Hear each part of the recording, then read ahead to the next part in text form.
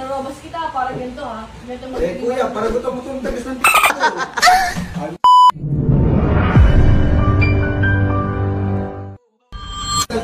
Ilang beses ka na narobas? Dalawa po.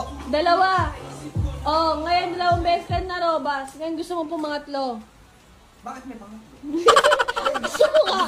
Tiyatlo ka kita. Saan ko naman gagamitin yun? Di, mananaginip na naman ako mag-isa. Ano, sa panaginip ko na naman gagamitin yung robas. Para ba? Pumangatlo siya. Pero nakakasabi kanina ba? Naman yun! Kaya pala ibigit ang katawan ko. Hindi, nakita ko yun eh. Ayun o, yung tabletas, tingnan mo kalahati o.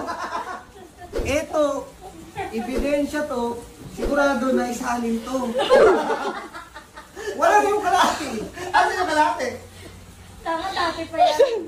Tita, di ako maliliwan. Tita, gabi-gabi ka nagtatapon ng basura. Ano, ganito na naman. Mananaginip na naman ako ng bastos. Tapos, matinis lang. Saan lang massage? Wala namang usapang sponsor ng massage. I-sponsor niya kita ng massage. Ayaw mo ba yun? Eh, sige. Wala pa, hindi pa ngayon. Mamaya pa. Oo, mamaya pa. Pagkatapos kami naman natin. Kaya pala umiinit yung katawan ko. Pero masaya ka ba dahil narobas kita ngayon? Narobas ko siya ngayon. Pangatlo. Pangatlong beses na to. Ito lang mini-joke. Kaya pala ganun yung nararamdaman ko kanina pa. Ganun yung Nilagay ko siya, actually guys, nilagay ko kasi siya sa ano. Kasi legs mo. Tingnan nyo. Kailan. Hindi ko napansin. Ayun o! Tangin na naman. Sabi ko na nga ba. Nailabat mo na lang mamaya.